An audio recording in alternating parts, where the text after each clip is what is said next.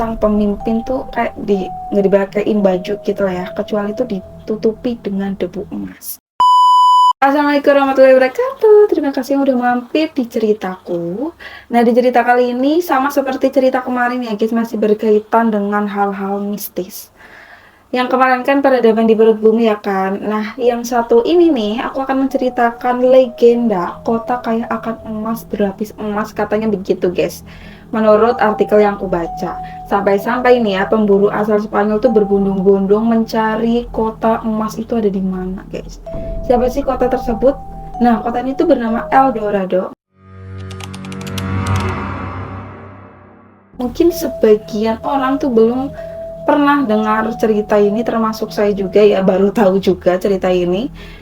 Oke, tanpa berlama-lama langsung aja tuh mari kita bahas.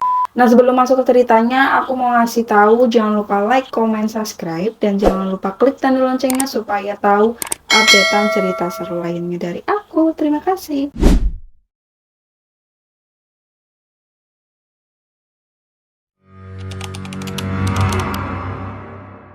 El Dorado kalau dari bahasa Spanyol yang berbalut emas guys, adalah sebuah legenda yang bermula dengan cerita tentang seorang ketua atau raja suku Amerika Selatan yang meliputi dirinya tuh dengan debu emas. Jadi semuanya tuh dibaluri emas gitu lah guys ya. Nah, suku tersebut adalah suku Muisca. Nah, suku Muisca ini berkaitan dengan El Dorado guys. Nah, aku mau sedikit cerita nih tentang suku ini ya guys ya. Nah, jadi suku Muisca berkembang pesat di Kolombia antara tahun 600 dan 1600 Masehi. Tetapi ada bukti keberadaan mereka di wilayah tersebut sejak tahun 1500 sebelum Masehi, guys. Mereka pada saat itu sedang bertransisi dari pemburu, pengepul menjadi petani. Nah, seperti banyak suku pada saat itu, guys. Nah, suku mereka ditemukan dari tempat yang sekarang menjadi kota Bogota melalui pegunungan tinggi dan lembah Andes di sekitarnya, guys. Nah, peradaban mereka sama maju dan berkembangnya dengan suku Inca, Aztec, dan Maya yang lebih terkenal dengan hierarki dalam kepemimpinan, kepercayaan agama yang berkembang, dan praktik pertanian, kerajinan, dan perdagangan yang maju. Nah, suku Muisca berbicara dalam variasi bahasa Chibcha yang menurut para sejarawan itu berasal dari Amerika Tengah, sehingga suku Muisca itu terkadang juga dikenal sebagai suku Chibcha, guys. Nah, ini adalah asal-usul El Dorado. Nah, jadi kepercayaan dan praktek keagamaan merupakan hal yang utama dalam kehidupan dan komunitas suku Muisca. Pemujaan terhadap matahari merupakan komponen mendasar dari kepercayaan mereka dan dapat dikaitkan dengan ketertarikan dan keterampilan mereka terhadap emas, guys. Asal mula mitos El Dorado berakar dari praktik orang Muisca yang menutupi ya calon pemimpin mereka itu dengan debu emas dan mengampungkannya ke tengah danau dengan rakit yang berlapis emas, tempat ia akan mempersembahkan emas dan segala permata gitu lah ya kepada para dewa, dan dianggap sebagai pemimpin baru, guys. Lalu apa sih yang membuat para penjelajah itu percaya bahwa ada kotak emas atau disebut El Dorado itu, guys? Yuk, mari kita bahas. Jadi ketika penjelajah Spanyol pertama tiba di Amerika Selatan pada abad ke-16, mereka mendengar tentang suku yang tinggal di daratan tinggi, yaitu Andes, yang sekarang tuh disebut Kolombia ya guys ya. Nah, mereka tuh mendengar bahwa ketika seorang kepala suku naik ke tumpukan kesuksesan, ia akan dilantik dengan upacara di Danau Guatavita, yang kemudian dikenal sebagai upacara El Dorado. Salah satu catatan yang paling rinci berasal dari buku Juan Rodriguez Frailes pada tahun 1536 yang berjudul The Conquest and the Discovery of the New Kingdom of Granada, gitu lah guys ya. Nah, ia menceritakan bahwa ketika seorang pemimpin meninggal, penggantinya disebut si emas atau si berlapis emas, dan harus menghabiskan waktu sendirian di sebuah gua tanpa produk garam atau diizin begitu, enggak ada ya.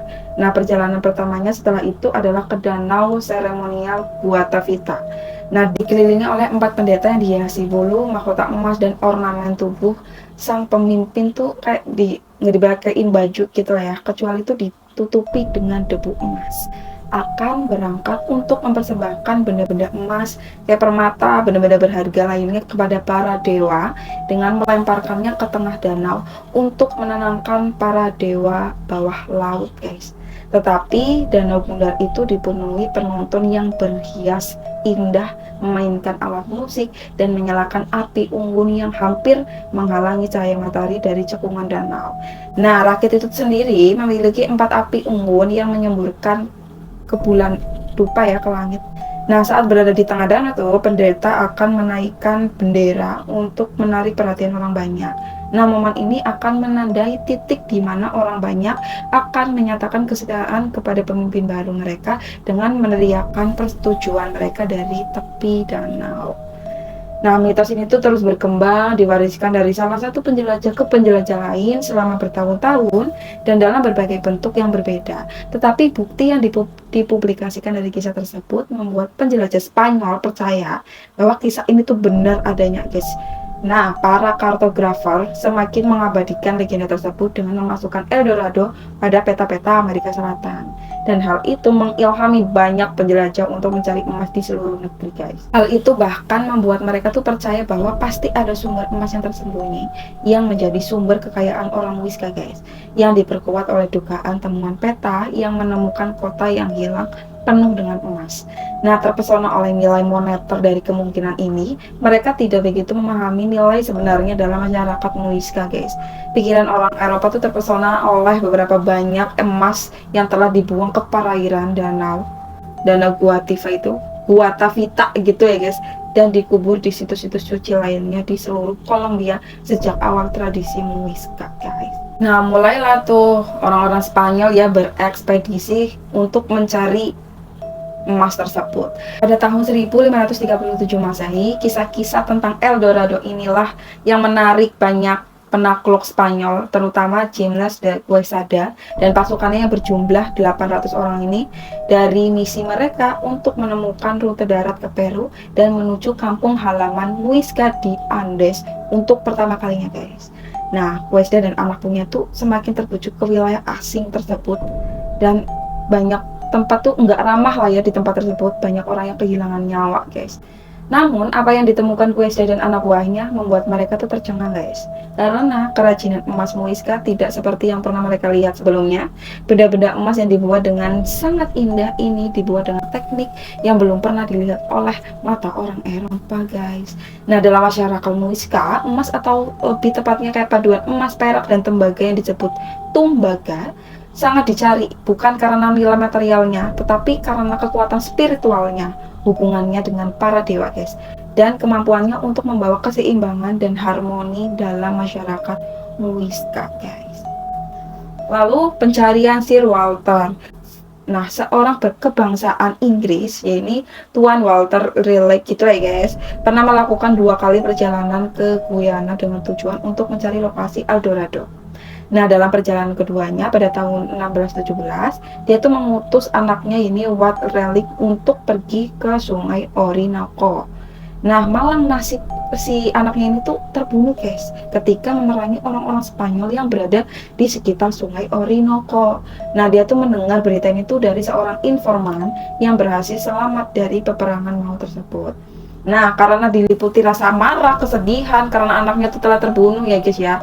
Malah si Raleigh itu menuduh informan tersebut membiarkan anaknya dibunuh dan menghabisi nyawanya, guys. Nah, ketika si Raleigh itu kembali ke Inggris, Raja James yang berkuasa saat itu lalu mengeluarkan perintah untuk mengeksekusi Raleigh.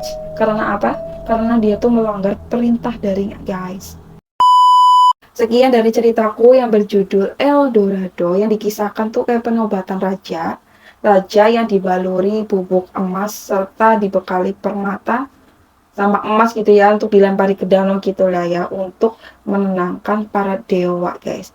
Nah, tempat itu tuh bukan berarti kayak tempat kayak berlapis emas ya, tapi cuman merajuk ke upacara seorang raja yang dibaluri emas gitu, guys. Nah, sekian dari ceritaku. Mohon maaf jika salah kata dan kekeliruan informasi. Mohon teman-teman ditambahkan ke kolom komentar ya guys ya. Oke, jangan lupa like, komen, dan subscribe, dan jangan lupa klik tanda loncengnya supaya tahu updatean aku selanjutnya. Terima kasih. Wassalamualaikum warahmatullahi wabarakatuh.